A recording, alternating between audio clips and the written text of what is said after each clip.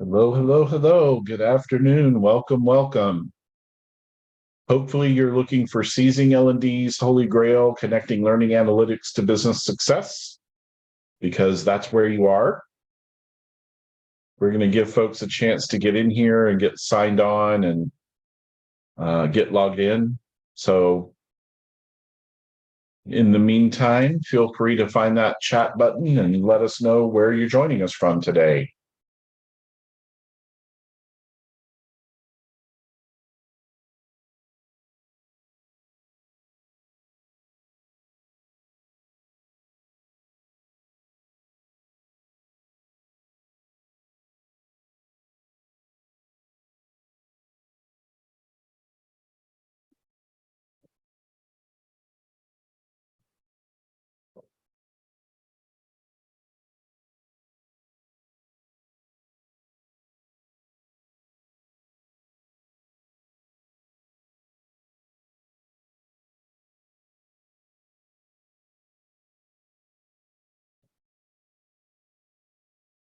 A lot of west coast of the US so far.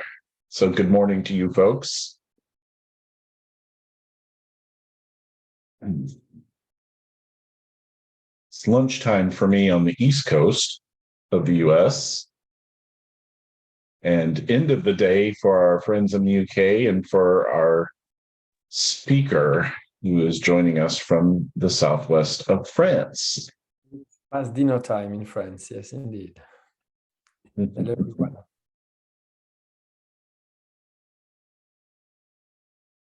right, I see Germany as well.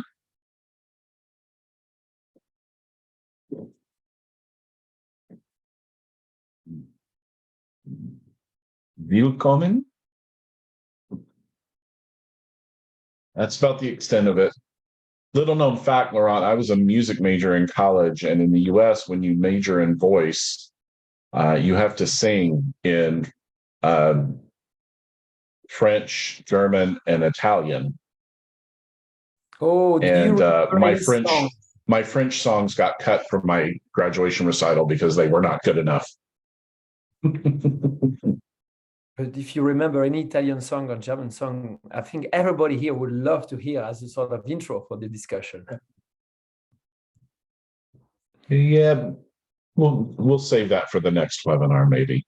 Okay, I'll remember that. Minnesota, love Minnesota. Raleigh is my stomping ground. My folks are from that part of North Carolina. All right. Let's see. I am going to go ahead, I think, and start kicking us off. We still have folks joining, and I'm sure will continue to join us over the next several minutes. So thank you so much. Welcome to today's webinar, Seizing L&D's Holy Grail, Connecting Learning Analytics to Business Success. My name is Matt Pittman. I'm a principal analyst here with the Brandon Hall Group, and I will be your host for this webinar adventure this afternoon. And I'm very pleased to welcome our guest speaker from Docebo, Laurent Balagué. He is the product line manager for measurement products at Docebo. He's the former CEO and founder of Formetris, which was acquired by Docebo a few years ago.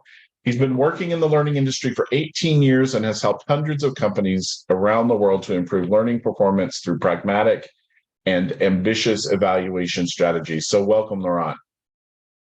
Happy to have you. Thank you, Matt. Hello, everyone. I'm very happy to be here. And of course, a big thank you to today's webinar sponsor, Docebo. Docebo focuses on building technology for L&D and enablement professionals, whoever your learner audience may be, whether that's employees, customers, partners, or members. Learning and enablement is all they do at Docebo. They are a global company with offices all over the world and customers across the globe. Docebo will partner with you to enable your broader learning strategy through technology, and we are so grateful to have their partnership today and throughout the year at Brandon Hall Group. If you're new to Brandon Hall Group and our webinars, we are a research and analyst firm that empowers excellence in organizations around the world through our research and tools. Our focus is on the employee life cycle through our 7 HCM practice areas. A quick mention to you that in addition to all of the ways that you could work with us that you see on the screen, our annual Technology Excellence Awards alongside our new Education Technology Excellence Awards are currently open for submissions through September 18th. And you can learn more about that process and see a list of past winners, including today's sponsor, Docebo, at excellenceawards.brandonhall.com. A key part of our work here at Brandon Hall Group is our research and surveys. You can always find links to our open surveys by visiting our website at brandonhall.com and clicking Open Surveys, which is in the upper right-hand corner of the screen. I'd like to call out that our newest survey launches a week from today on May 23rd, which is focused on the employee experience. So we would love to have your input and feedback on that study when it launches next week. In today's session, I'll actually be going over some preliminary data from our most recent study, which is Think Like a CEO, How Learning Drives Business Impact. Those results will be published in the coming weeks, but I have a sneak peek for us today. And last, before we jump into our topic, I just want to call out that this is for you. This is a learning opportunity. And so we want to encourage you to make use of the chat, to comment, add information, interact with your fellow participants from around the world. There is a Q&A panel available to you as well. So if you'll take some time to find that, if you do have a question, either for myself or for Laurent as we go through today's conversation, please feel free to enter it in that chat window. That is the fastest way to make sure that we see the questions, because that's a static list, whereas the chat kind of scrolls. So we want to make sure we see your question and can get to as many of them, hopefully all of them, in the time that we have together. And do not feel like you have to hold those to the end. You can add your questions at any time as we go. And I want to encourage you too, on your screen, you should see a raise hand button, and we will probably do some informal conversations and ask you to use that button. So do me a favor, show me you can find it, raise your hand for me. If you can find that button. I knew it was a smart crowd. Thank you guys for doing that. I appreciate that. And with that, I would say, Laurent, we are ready to go. So we're going to start with a quick look at what is the current state of learning measurement. Undoubtedly, you are here because you know, as a learning professional or an HR professional, that measurement is always the question. Measurement is always the challenge. And we're going to take a look at just some key data. Some of this is from our annual learning and development benchmarking survey, and some of it is from that learning measurement study that I mentioned earlier. So one of the key questions that we have asked is, does your organization have an overall strategy or a standardized approach for learning measurement? And here's what our survey participants had to say. About 42%, nearly half of everyone who responded to our survey had no strategy, no standardized approach for learning measurement. It's really hard to connect the dots between learning measurement and business performance data if you don't have an approach or a strategy ready to go. So about a fourth of folks, 28%, said yes, they do. And about another fourth said yes, but, meaning, yeah, we have a strategy, but we either don't always apply it, or we don't apply it consistently, or we don't have it fully baked and fully in place. And then a smaller percentage just didn't know the answer to the question. So now I want to hear from you. So we have a poll that my colleague Melissa, who's working behind the scenes today, is going to be launching for us. I want to know to what extent your organization measures the impact of learning. So you've got 5 options, 5 choices there. We don't evaluate it. We collect feedback on how participants like the course. We collect test or exam results. We collect data from managers or other sources to see if specific learning content is being applied, or we collect data to assess how specific learning content has impacted organizational performance or job performance. Give folks a few minutes to weigh in there. Now, if you've been around learning and development for any length of time, you will probably recognize that these are the Kirkpatrick measurement levels 1 through 4 that we're calling out here. And it's just one paradigm, one way to approach the conversation. So, Melissa, how are we looking? Ready to throw those results up or give it another minute? No, we're looking good. So I'll go ahead and close this out and share those results. All right. And it looks like the majority of us collect feedback on how participants like a course or the learning event. And some of us also collect test exam results to assess learning retention. And as we go up to the more in-depth measurement pieces, collecting data from managers or other sources, or collecting data to assess how specific learning content has impacted performance, we see those percentages coming down. Laurent, does any of that surprise you? No, I think this is in line with what I've seen in other polls. I think, yeah, there are several people said accurately that, there usually people have different ways. So some of you may have wanted to respond to select different choices, but it makes sense that for a majority, the most frequent way of measuring is to collect feedback. That's probably the most scalable, even though that's not sometimes what our stakeholders expect. And folks are calling out in the comments that the poll doesn't really allow you to select more than one option in response, and that's a function of that polling feature.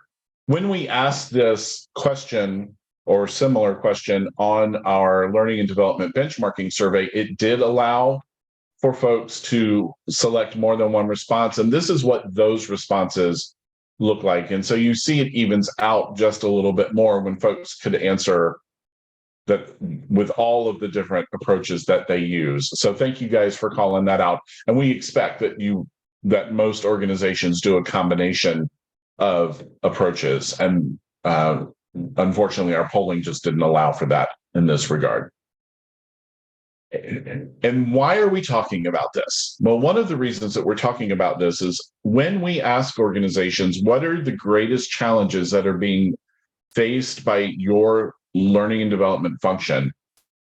At the top of the list is the ability to measure the effectiveness of our learning. And when you go back in prior Brandon Hall Group studies, you will see that remains towards the top of the list. So we're going to get into why that is a perennial problem for learning and development professionals and ways in the new era of data, for lack of a different or more creative way to call it, we can address that. Now, one of the things that we did ask in our measurement survey, this is also from our learning measurement surveys, we talked about proficiency, and we asked organizations to say, well, how proficient are you in measuring your learning performance data? Measuring learning's impact on performance and on the business. And then we also asked them to sort of look back and say, where were you 2 years ago versus where are you today? So what you're going to notice in this slide, what I want you to see is the orange bars are current year, 2023. The blue bar represents 2021, or 2 years in the past. And what I want you to see is that the lower proficiency, there has been a definite shift down, and the higher proficiency, there's been a definite shift up. So we have definitely, as an industry, are moving the needle on our ability and our proficiency to measure well. So there is progress, but we still have a long way to go to become really proficient in this process. So we really want to talk a little bit about what makes this so challenging. What are the things that really get in the way? So now it's time for our next poll. What holds back your ability to measure the impact of learning on organizational performance? Where are you experiencing challenges in that approach in your own work?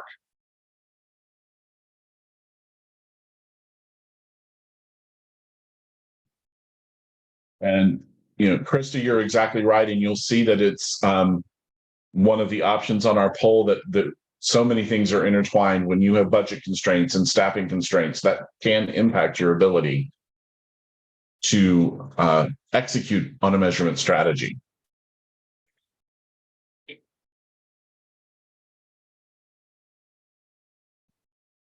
What do you think we'll see here, Laurent, when Melissa puts these results up here in a minute?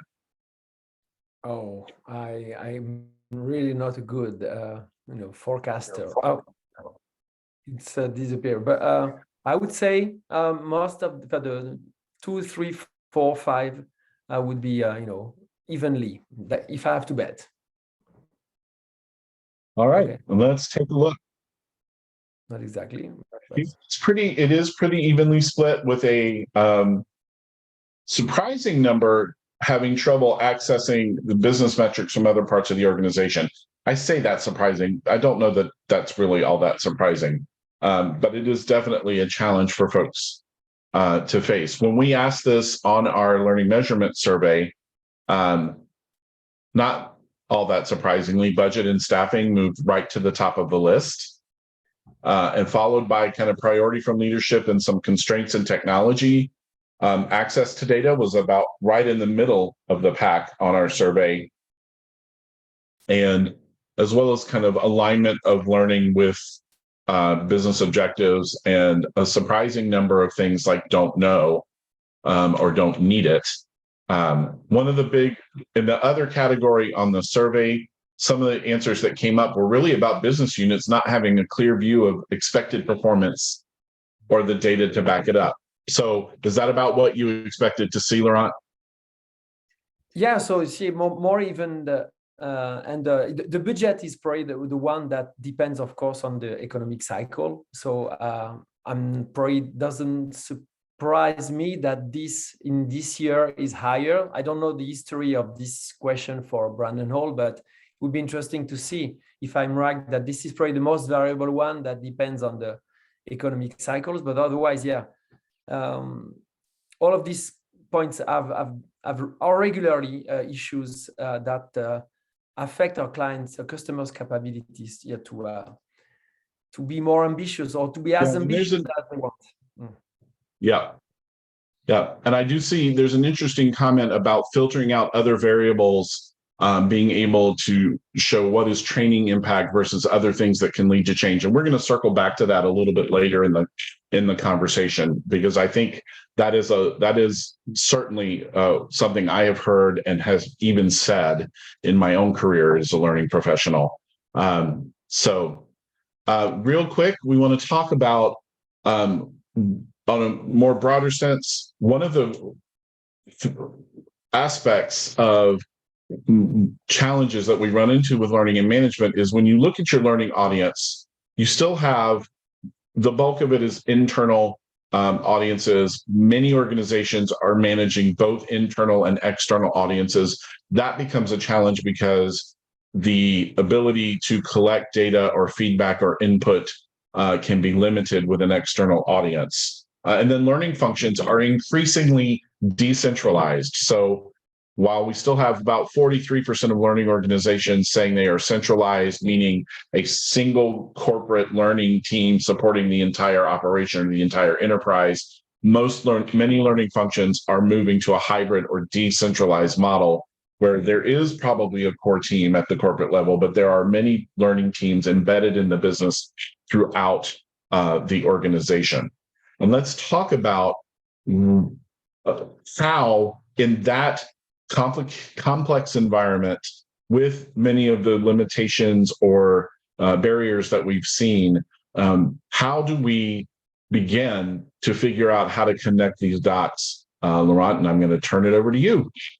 Yeah, thank you, Matt. And it's true. I agree with you. The fact that learning is everywhere creates complexity, but I think it also creates, makes our activity as learning professionals really fascinating. If you look at a typical organization, they're learning in many different parts. The learners can, of course, be your employees. They need to be onboarded, so they need to get training for regulatory reasons or compliance. Of course, they need to grow their skills. So talent development is a critical function for all of you. And also some specific jobs require additional enablement that usually is more linked to the business than the typical L&D.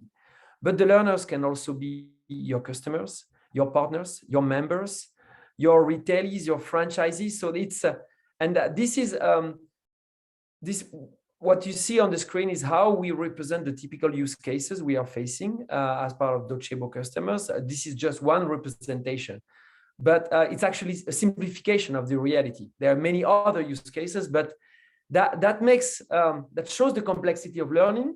Of course, there are some key concepts that are the same. There are learners, there's content. You need to engage these learners so that they will benefit from this content. But the challenges, the objectives are different for each use case. And as a consequence, and that relates to the previous questions that we were discussing and that you responded to in the first polls, we believe that when we talk about having an evaluation strategy, we recommend to have a different evaluation strategy for each use case. For compliance, obviously, completion data and maybe certification and level 2, so quizzes results would be at the core of your evaluation strategy. While maybe for talent development, for sales enablement, you will also need the manager of the learner feedback on the application and on the impact. We can stay on this. We can stay on the previous slide. And while on the opposite, when the learner is a customer, we will probably focus more on engagement, on completion, on the link to NPS. So all of this makes the evaluation strategy, different and specific to each use case. And now we can move to the next slide. And that is true for each step, each level of Kirkpatrick applied. What levels of Kirkpatrick make more sense for each use case? But of course, when we look at how to explore the business impact of learning, the relationship between learning analytics and business analytics will be different for each use case. And we'll come back to that, but of course, it's a major challenge for learning professionals to get access to the right business data sources. What we think is that when you narrow down to one specific use case, whether it's sales enablement, customer education, talent development, etc., suddenly it doesn't make your life simple, but it's simpler because we have a more homogeneity in the business data that you will have to investigate to explore the relationship between your learning programs and the potential impact on the business. On sales enablement, we will, of course, look at CRM and the Salesforce, typically data. Customer education could be the product analytics. It could be the customer feedback, customer support intensity. And so for each use case, there is fewer data sources, fewer data points to investigate, and fewer KPIs to build, to basically identify the relationship between learning and business. So for sales enablement, we've listed some. So on this slide, you see some examples that we've seen useful for customers depending on their use case. So this is just examples, of course, but they show that there is more homogeneity, and they really show that the evaluation strategy makes more sense and is more pragmatic, scalable, and can be more ambitious if we focus it on each use case. And I think this might be a great place to circle back to the conversation that says about filtering out other impacts. So when you look at these KPIs, there are multiple inputs to these KPIs depending on your business, not just your training experience. So one of the things that we at Brandon Hall Group regularly encourage, and I'm interested in your take on this also, Laurent, is don't fall into the purist trap that says if I cannot isolate very specifically how my training impacts this outcome or this behavior, then it is not a valid measurement of the effectiveness of my training. You don't need causation. Correlation is enough. What we are looking to show is that prior to the training intervention, performance was at one place, and after the training intervention, performance was at a different place. And yes, there are other impacts to many of those KPIs, but the fact that you can show progression is, at the end of the day, the ultimate goal. What is your, what do you think about that, Laurent? I absolutely agree. Of course, there are some external factors could explain that suddenly business KPIs go up or down. So this is the reality of business. But it's not only the reality of learning affecting business, it's the reality of any kind of investment in an organization that affects specific business KPIs. So we are not in a different situation than other functions, other colleagues. So to explore the correlation of learning and business is a necessity. It's not an easy job, but it's a necessity. And this is why I really insist on the word exploration, because it's not an easy job. It's not going to be don't dream of having, a learning on one axis, business on the other, and see a beautiful line. The first time you may see a negative correlation, it's an exploration. But that's actually, this is the process, the journey that is valuable. Because we ask ourselves, okay, what explain what I see on this first analysis? How can I investigate further? And here you're building your skills. You're really better understanding how you impact the business, maybe what you can do to improve this impact, and in the end, be able to tell the story to your business stakeholders about the impact you have. So absolutely, I completely agree. I agree, and it's a great call out too in the comment to say, asking what else changed in the time frame so that you can talk about what other factors may have been at play in the time that the training was going on. But I love your analogy of the exploration and the journey, right? That it is a process to building our effectiveness with measurement and analytics. So let's talk about where we start that journey. And I'm going to jump right over to the stages of the analytics journey that you and I have been talking about, Laurent. Tell us about that. Yeah, thank you, Matt. This is, again, how we represent in a very simple way the typical analytics journey of our customers. Of course, the first need is to do your job. So for that, you need data at a different granularity, but usually very granular, about learners, about content, about certifications, about attendance, etc., to understand what works, what doesn't work, and just to track the activity. On the curve pathway scale, this is invisible, so we usually call it level 0. So it's really just collect and monitoring data to do my job on a daily, monthly, weekly basis. Of course, everyone needs that. But very soon, when you start your journey, you realize that this is not enough, of course. You need to aggregate learning data to build dashboards to represent the key metrics that characterize your activity and to monitor your performance, analyze it, identify how to improve it, and how to communicate on it. So on the need number 1, typically we're talking about reports, about granular data. On the need number 2, we are talking about analytics, about dashboards to analyze and communicate on learning performance. Then at some point, come the need of explaining the business impact of learning. All of our customers need to explain and to prove and to justify the business impact of learning. What we see, however, is that at some point of our customer journey, this becomes more strategic, more essential, and requires a more systematic approach, more than a occasional or project-based approach, to build a system that will allow customers to be able to prove and explain this business impact, to be perceived as a strategic partner, and to really justify the existence of the learning function. And so this is the typical journey that we see within our customers. And if we focus on this third step on the next slide, this is what we hear from customers who are very demanding on explaining the business impact of learning and ask for help from our solutions. This is the three typical requirements that are the most frequent. First, they need analytics to demonstrate the correlation between learning, performance, and business KPIs. Here, Matt, the word that was so important to you comes also in the voice of our customers: correlation.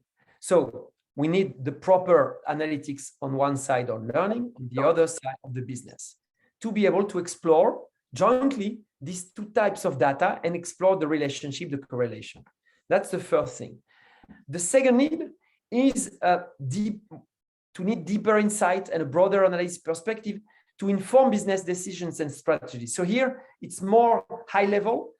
We are more talking about skills and the capability to extract insights, to extract the meaning in this correlation.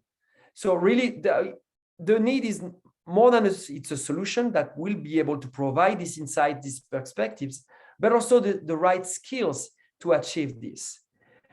And the last, it's more technical. Most of our customers ask to achieve this within their own BI tool. And this is something that I think I would like to link with what many of you said on the poll, on the previous poll. You said that it was very hard for you to get access to business data. Well, we've seen that over and over and over. It's very hard for learning professionals to get access to all the business data that they needed to prove within the learning platform the business impact of learning. What our choice now is actually to go the other way, is to be able to feed the BI tools of our customers so that this analysis, this exploration is happening not on the learning platform, but on the Power BI, on the Domo, the Looker, the AWS QuickSight platform, that is already including all the business data. So instead of asking the business data to come to the learning platform, we provide the learning data, the learning analytics within the customer overall data ecosystem. And that is what we think, but of course we're here to discuss it,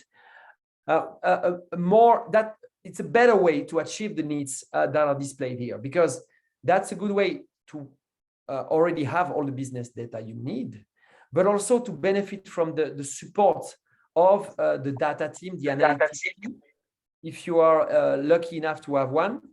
So, and also get the capability to get these insights and this business perspective that was highlighted by our customers.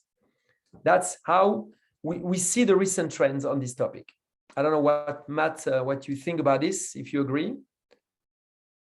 No, I think that's exactly right. And we're seeing quite a few things coming in, comments, some things I want to circle back to. But one of the questions that I see coming up is sort of how do you approach the pulling of the data? What data points are you looking at? And then what different platforms and tools are people using to collect that data? So, from the research that we're doing and the conversations that we're having, this all starts with what are you trying to accomplish? So if we're going to be pulling data to measure the effectiveness of training, and we're going to show the impacts that the learning is having on the outcomes of the business, you have to start with what are those outcomes, right? What is it that we're after? What are those KPIs, those key performance indicators that are important to the business? And then connect that back to what are we driving from the learning and the performance of the individual against those KPIs, and that will tell you what your data needs to be. What would you add to that, Laurent? Yes, I agree. I like to rebound on what has been said on both the chat and the Q&A also about the platforms. And just to complete what I said, of course, so the need of our customers is to do the final analysis, the dashboard that will jointly analyze learning data and the business KPIs, Matt, you were referring to, in their Power BI looker. But you need another technology indeed. Power BI it's just the front end, and the competitors all do the same generally. You also need a data infrastructure. Probably some of you do not have that yet. What we see is a very fast rise of data warehouse, data lake technologies that are more and more adopted by companies to enable that. So if you want, for those who don't know, this is the backend that will feed the BI tool. And what we do is actually we feed this backend with our own raw data and analytics so that the final step can be done. And to respond to Cindy's question on the Q&A, who managed the data? Well, in the end, what we see most frequently, it's an analytics team supporting all the functions in an organization and being responsible for this corporate data architecture. That's, again, it may not be your situation, but this is what we see more and more frequently the standard approach regarding analytics. And I think you talking about the exploration and the journey, and just to heap on the cliches a little bit, the evolution of analytics in the learning space. Part of that is knowing what your organization as a whole is doing with data and analytics, and building key relationships with those teams where there is a deep expertise and an understanding of what to do with data, and they can oftentimes help you. I, in a prior life, running learning programs for 30,000 clinicians nationwide, and a need in that program for the operations to have very specific data and very granular data about the performance of the organization. And I had to work with the data team that didn't sit in HR, did not sit in learning, they sat in IT. And I worked with the data team on how I could best extract the learning related data, how we could match that up to the operational constructs and get the information where it needed to go into a dashboard type tool so people could see it and take action on it.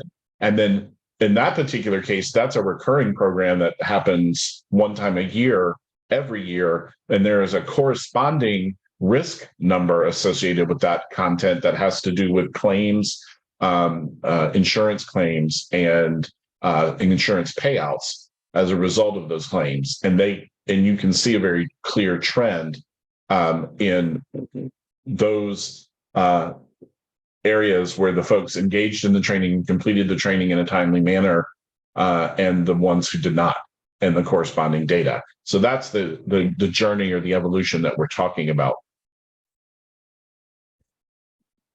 All right. So let's talk a little bit more about how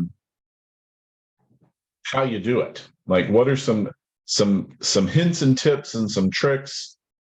So we recommend at Brandon Hall Group, and I know, Laurent, you have some other thoughts about this as well.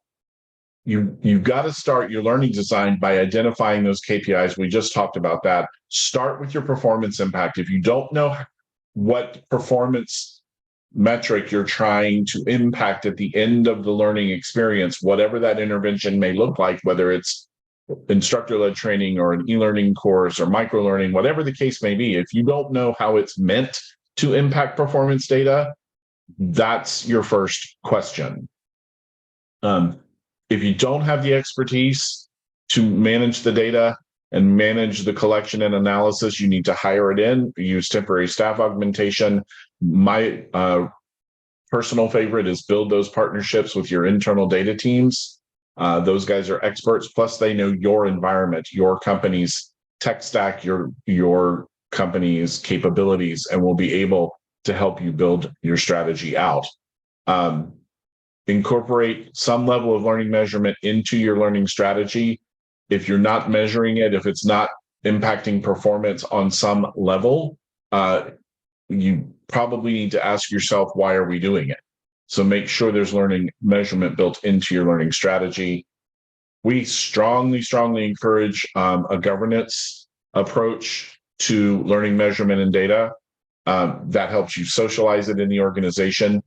Put one of your data team members on the IT side on your governance council, because they can help you bridge that gap and get that information out. We've already talked about number 5 in detail, and then having the right technology can go a long way towards providing the data that helps you correlate the learning with organizational impact, and then really learning leaders and aspiring learning leaders that are listening to this webinar, learn to speak boardroom, not classroom, to your executives. That will make an enormous difference. Laurent, let's talk about what you would add. Yeah, of course, I agree with everything you said, Matt. So that's also in line with the first one that I had to repeat, align with the business, and to say it with my own words. Of course, we all want to align with the business, but the earlier the better.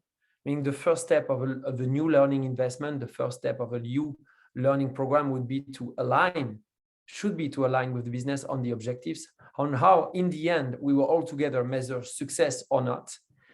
As I've said also, one evaluation strategy for each main use case. One single evaluation strategy applied to multiple use cases is really a risk not to have relevant data and to lose a lot of time and investment for not good results. And too many evaluation strategy, one per program typically, is too ambitious unless you have many resources or a lot of experience. The third point, leading indicators. This is something that is very important to me. Of course, I recognize the value of the Kirkpatrick scale and the different levels. But I think one of the things that this scale misses is the fact that there are different types of indicators. Some of them come early, some others come late. Typically, when the business impact usually is one of the last indicators we will be able to collect. So it's too late to change the program. So the leading indicators, those indicators that come very early, either a sign of strong engagement, strong motivation to change my job, to apply a new content, any kind of sharing indicator that will say that, okay, this content seems to have more engagement, create more sharing, create more social life in the platform. All these indicators, they will not be the final judge of the success of your investment, but they can give you an early sign whether it's good or bad, and whether you should investigate further to correct before it's too late your program. And that's something that's really is, I believe, in the time when the time to delivery is shorter and shorter. This is something that we need to keep in mind. Probably, I would probably recommend to have also a focus more on leading indicators and less on lagging indicators, or at least choose wisely the lagging indicators you will need. Some of them, like business impact, are essential, but they're not sufficient for sure. And last, ensure accountability. All of this is great, but in the end, all the data, the analytics that we provide must be handled by someone. We cannot produce dashboards and collect analytics just for the sake of getting results. We need to be sure that there is an operational chain of accountability, so that you have defined who is responsible in case there is lack of engagement, who is responsible if the certification results drop down, who is responsible if there is a drop in satisfaction of the learners and the learners happen to be your customers. So, and who needs to do what in such a situation, and also make sure that you have the proper alert system so that you get these alerts early enough.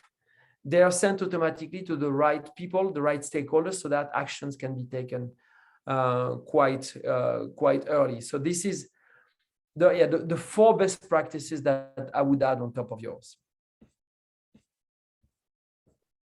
Yeah, and I think that leading indicators conversation is one that has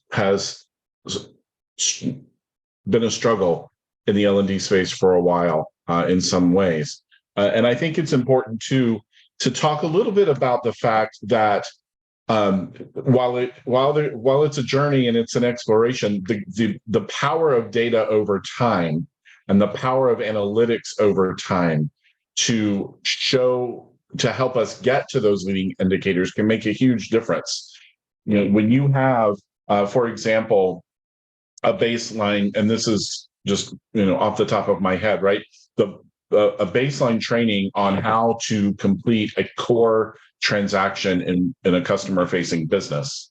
And you can show new hires go through this, they go through the experience, there's an adjustment period, and their performance steadily increases. And that's a lagging indicator. But what you can also then show is that if a training experience gets short-circuited because of operational imperatives, no, I need these people now, I can't wait for them to finish 2 more days of training, or something changes and we introduce a change to procedure, and that training gets adopted or ignored, and the corresponding effectiveness of the individuals down the road, you start to get to those leading indicators where you can say, when we hit X percentage of completions or X percentage of engagement with this content, we see a corresponding increase in the end performance indicator.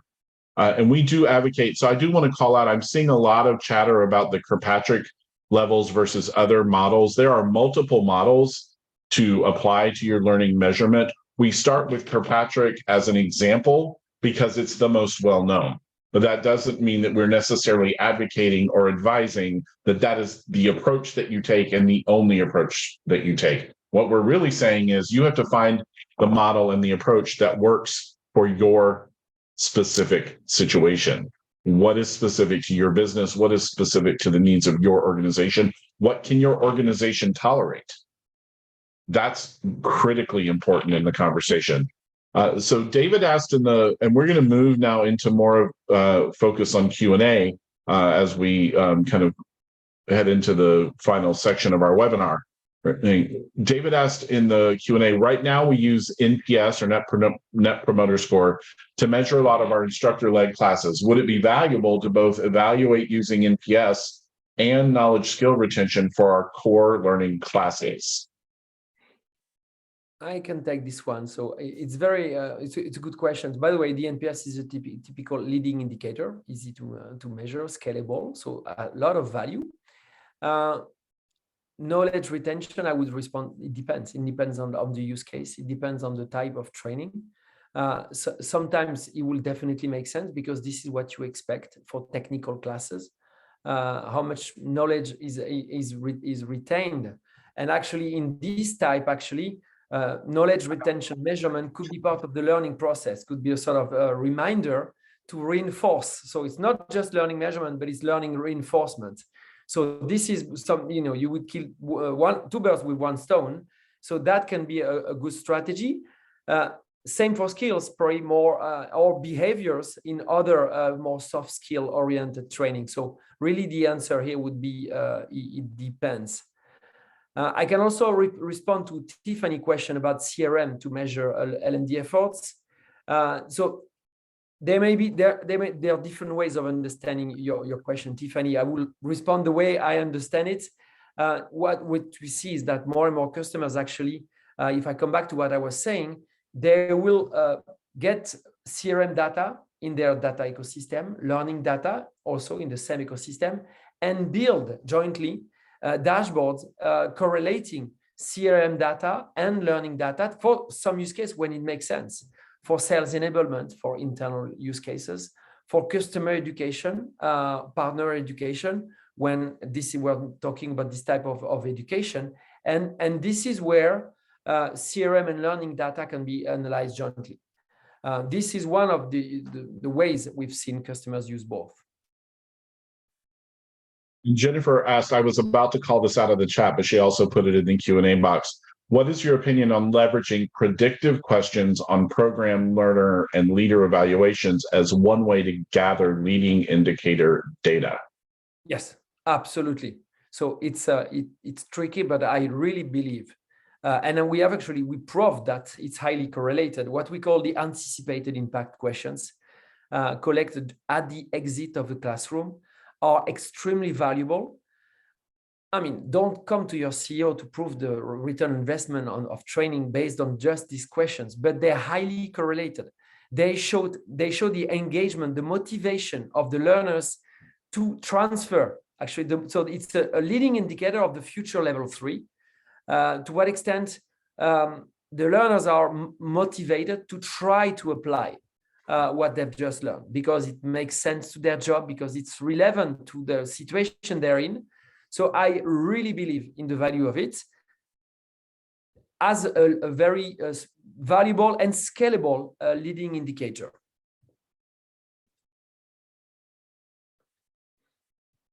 Also, maybe one question I like to debate on the Net Promoter Score. So it is true that the NPS, I will honestly say that when I saw the NPS arrive in the training world, I was afraid, and I'm still afraid sometimes of how it is applied. But I recognize that the NPS is the language of our business partners. So there is a lot of value of the NPS is that we speak the language of our internal or external clients. So for this reason, the NPS makes sense as an indicator. However, yes, there is variability. So I strongly recommend not to use it at the session level. When you have only 10 people providing feedback, 20 people providing feedback, it's unstable and not relevant. I would more strongly recommend to do the average on satisfaction at such a granular level. But when you have 50, 100 feedback collected, then the NPS score becomes relevant and useful as an indicator.